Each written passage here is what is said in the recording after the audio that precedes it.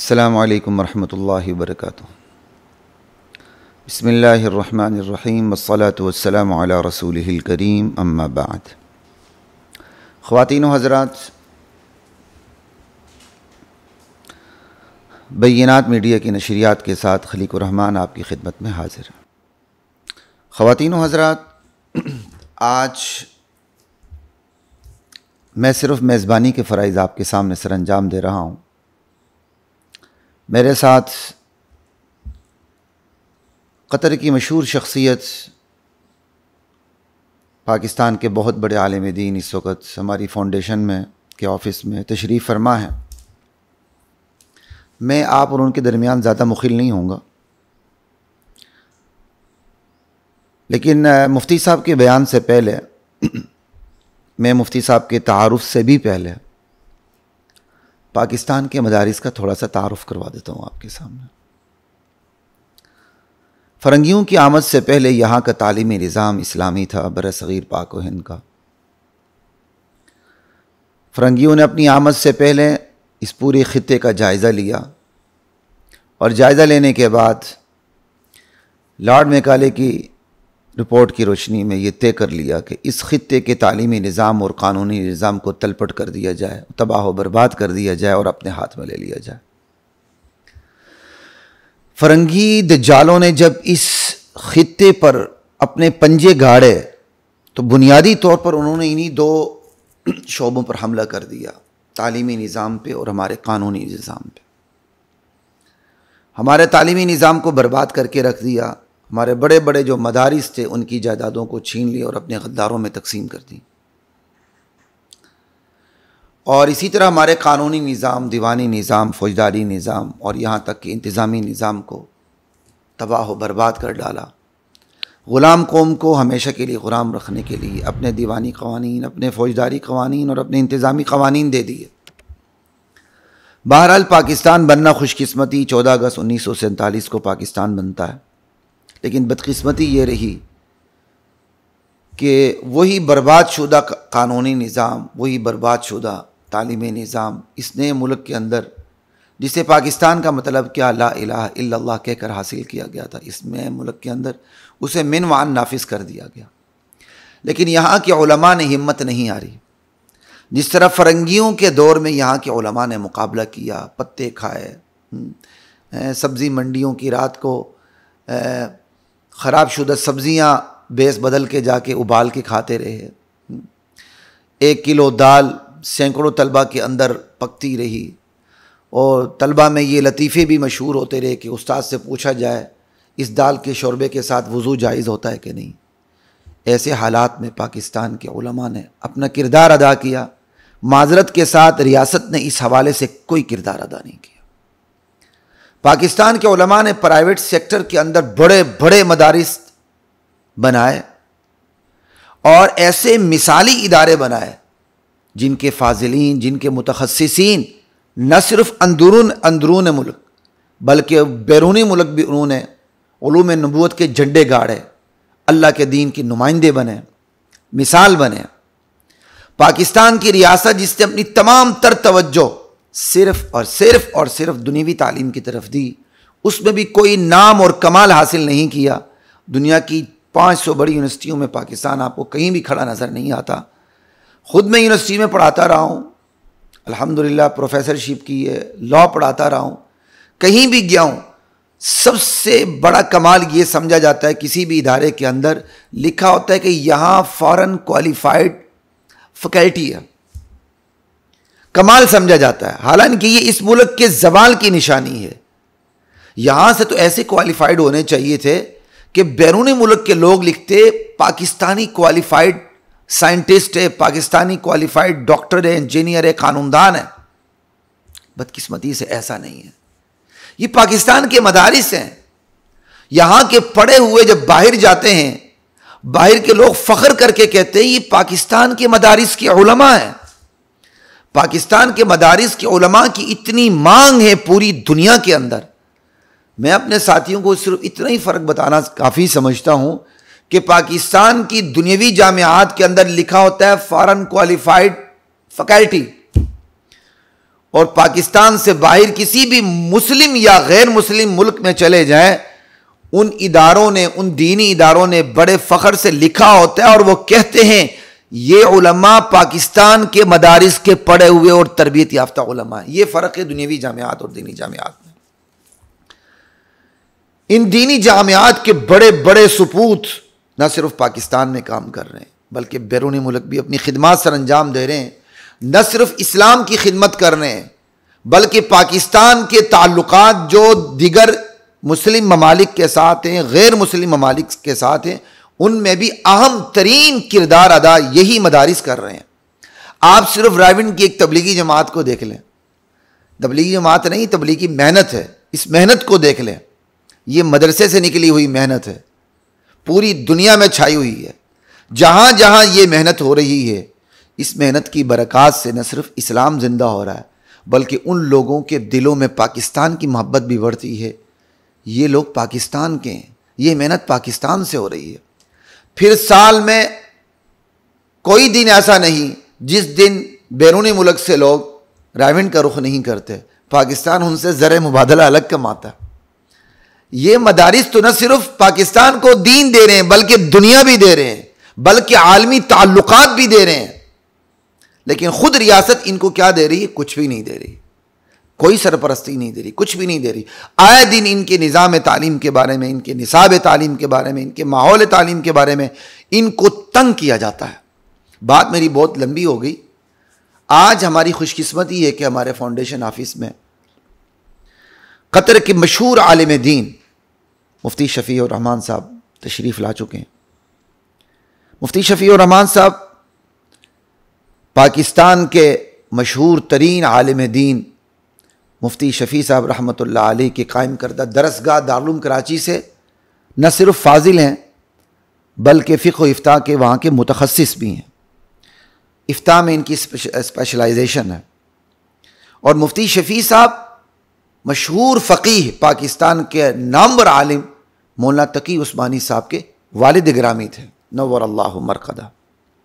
مفتی صاحب نے دارالعلوم کرنگی سے تعلیم حاصل کی اور 1992 کے پاکستان بر کے سالانہ امتحان دور حدیث کے امتحان میں مفتی صاحب نے پاکستان بر میں دوسری پوزیشن حاصل کی۔ اللہ تعالیٰ نے قابلیت ان کو ودیت کی ہوئی ہے۔ پھر مفتی صاحب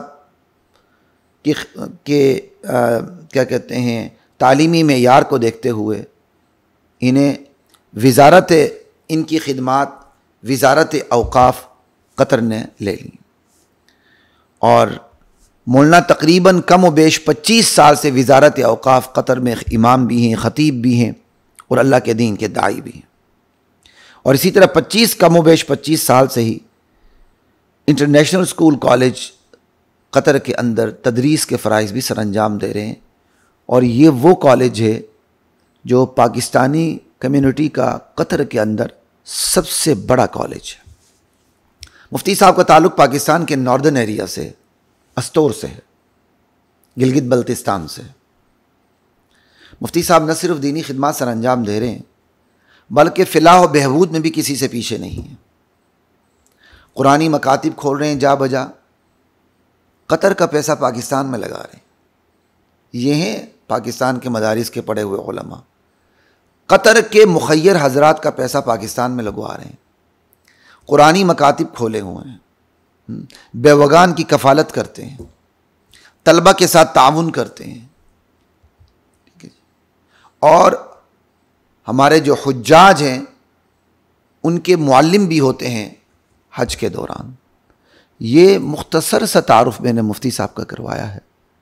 اللہ کی ذات ہمیں بھی ان کاوشوں کی تقلید اور اتباع کرنے کی توفیق عطا فرمائے۔ میں آپ اور مفتی صاحب کے درمیان زیادہ حائل نہیں رہوں گا، میں مفتی صاحب کو دعوت دیتا ہوں اور ساتھ شکریہ بھی ادا کرتا ہوں کہ وہ آج ہمارے فاؤنڈیشن کے آفس میں تشریف لائے، اور ساتھ میں مفتی صاحب کو دعوت دیتا ہوں کہ یہاں تشریف لائیں اور آپ سے مخاطب ہوں۔ مجھے اجازت دیجیے گا۔ السلام علیکم ورحمۃ اللہ۔ بسم اللہ الرحمن الرحیم، نحمدہ ونصلی علی رسولہ الکریم، اما بعد۔ میں نہایت شاکر ہوں ہمارے عزیز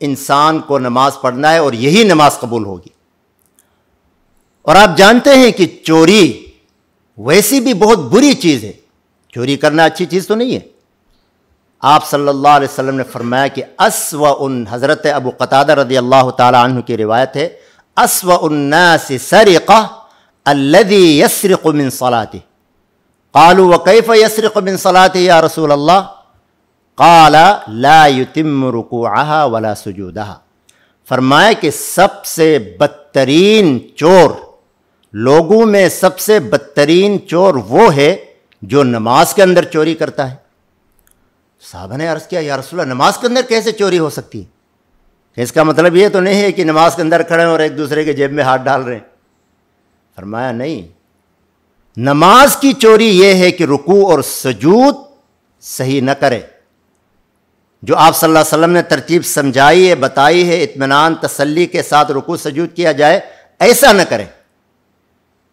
جو کہ آج کل ہمارے نمازیوں میں سے اگر مبالغہ نہ ہو تو تقریباً 60% لوگ ایسی ہی نماز پڑھتے ہیں، نہ رکوع کا خیال نہ سجدے کا خیال، جلدی سے رکوع میں گئے، جلدی سے کھڑے ہو گئے، ابھی پوری طرح کھڑے ہونے نہیں پاتے ہیں، فوراً نیچے چلے گئے، سجدے میں بھی جلدی۔ یعنی میں نے خود دیکھا ابھی قریب میں ایک صاحب جو باشرہ ہے، داڑھی سفید ہے، شکل سے مولوی لگتا ہے، لیکن اس کی میں نے نماز دیکھی، سجدہ خاص طور پر دیکھا تو یوں سمجھے کہ بس سر لگایا نیچے اور فوراً کھڑا کیا۔ بھائی کم از کم 3 دفعہ سبحان ربی الاعلی، سبحان ربی الاعلی، سبحان ربی الاعلی، اتنی دیر تو آپ نے رکوع سجدہ کرنا ہے۔ اسی طرح رکوع بھی سبحان ربی العظیم 3 دفعہ آپ کہیں، لیکن پتہ نہیں کیا جلدی ہوتی ہے۔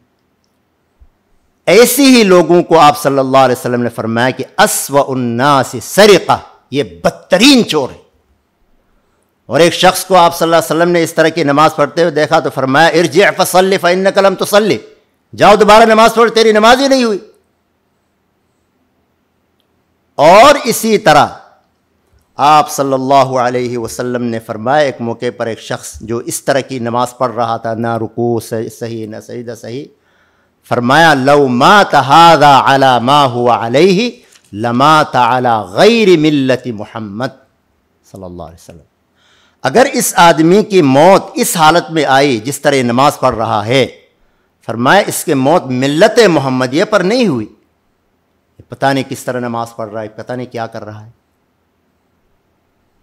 تو میرے بھائیوں، دوستوں اور میری بہنوں، لے دے کہ ہم نماز ہی ہماری دلیل ہے کہ ہم مسلمان ہیں، تو اس کو تو ذرا تسلی سے پڑھیں، کتنی دیر لگتی ہے؟ اب آپ نے نماز کے لیے ٹائم نکالا، نماز کے لیے آپ آئے ہوئے ہیں، اور وضو کر کے بڑے خاص طور پر فجر کی نماز میں کتنی قربانی سے آدمی آتا ہے۔ اب جو مین چیز ہے اسی کے اندر ہم گڑبڑ کریں، وہ قبول بھی نہ ہو، پھر ہمارا تو سارا سفر نقصان کا ہوا۔ اسی لیے حدیث میں آتا ہے کہ اذا احسن الرجل الصلاۃ فاتم رکوعها وسجودها او سجودها قالت الصلاۃ حفظك الله كما حفظتنی، کہ جب آدمی اچھی طرح تسلی کے ساتھ، سکون کے ساتھ آ کے نماز پڑھتا ہے، اچھی طرح رکوع ادا کرتا ہے، اچھی طرح سجدہ ادا کرتا ہے، تو یہ نماز ایک حدیث میں ہے کہ خرجت وہی بیضاء مسفرہ، وہ نماز بڑی اچھی اور سفید اور خوبصورت حالت میں اللہ کے دربار میں جاتی ہے۔ وہ دعا کرتی ہے کہ اللہ تعالیٰ تیری بھی اسی طرح حفاظت کرے جس طرح تو نے میری حفاظت کی۔ اور اگر آدمی اس حالت میں نماز پڑھے کہ نہ رکوع اس کا صحیح ہے نہ سجدہ صحیح ہے، بس آیا اور روٹین کے مطابق اوپر نیچے ہوا اور چلا گیا، اور ایک حدیث میں اس کی مثال یوں دی گئی ہے جیسے مرغا جو ہے دانہ چننے کے لیے اپنی چونچ مارتا ہے، اس طرح چونچ مارا اور چلا گیا۔ تو حدیث میں آتا ہے کہ خرجت وہی سوداء مظلمہ، وہ کالے اور بھیانک حالت میں چلی جاتی ہے اللہ کے دربار میں اور بددعا دیتی ہے، ضیعک اللہ کما ضیعتنی، کہ اے انسان، اللہ تعالیٰ نے تو تجھے شرف بخشا، اپنے حضوری کا تجھے موقع دیا، اپنے دربار میں تجھے پیش کیا، تو نے یہ صلاح دیا کہ مجھے اس طرح توڑ مروڑ کے اللہ کے دربار میں پیش کیا، لہٰذا اللہ تجھے بھی اسی طرح تباہ و برباد کر دے جس طرح تو نے مجھے بگاڑا ہے، مجھے تباہ و برباد کیا ہے۔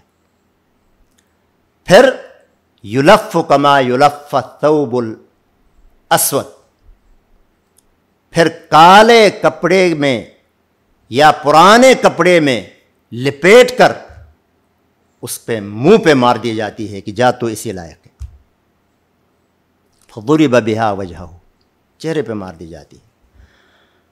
تو اب ہم نے سوچنا یہ ہے کہ ہماری گزشتہ نمازیں جو بھی ہم نے پڑھی ہیں، جب تک ہم بقید حیات ہیں، ہماری سانسیں چل رہی ہیں، موقع ہے ہمارے پاس، ماضی پر ہم توبہ کریں اور مستقبل کو سنواریں۔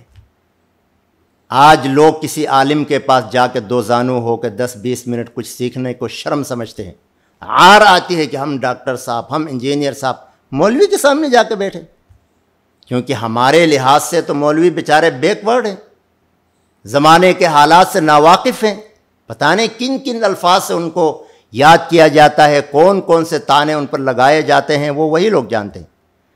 لیکن یاد رکھیں، اگر آپ دنیاوی ترقی کر کر کے آسمان تک اور چاند تک بھی پہنچ گئے اور آپ کی نماز ٹھیک نہیں ہے تو واللہ العظیم آپ ناکام ہیں، کیونکہ قبر میں جاتے ہی تم سے نماز کے بارے میں سوال ہوگا، پہلے ہی تم سے نماز کے بارے میں سوال ہوگا عقیدے کے بعد۔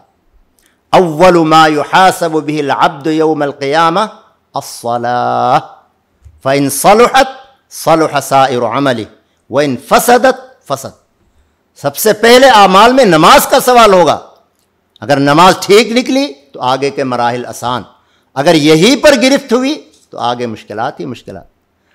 تو اس لیے ہم کسی اچھے عالم کے پاس، کسی معتبر دیندار آدمی کے پاس جائیں، اپنی قرات ٹھیک کریں، سنائیں ان کو، نمازیں ٹھیک کرائیں۔ واللہ العظیم میں نے خود اپنی گنہگار آنکھوں سے یہ مناظر دیکھے ہیں، اس لیے آج میرا دل جو ہے انتہائی مجروح ہے، زخمی ہے کہ یار ہم جس چیز کو اپنے ایمان کی دلیل اور نشانی بتا رہے ہیں، دکھا رہے ہیں، اسی کا یہ حال ہے۔ اور ایک دو نہیں بلکہ امت کے لاکھوں افراد کا یہ حال ہے، 50 اور 60 سال کی نماز پڑھنے والوں کا یہ حال ہے۔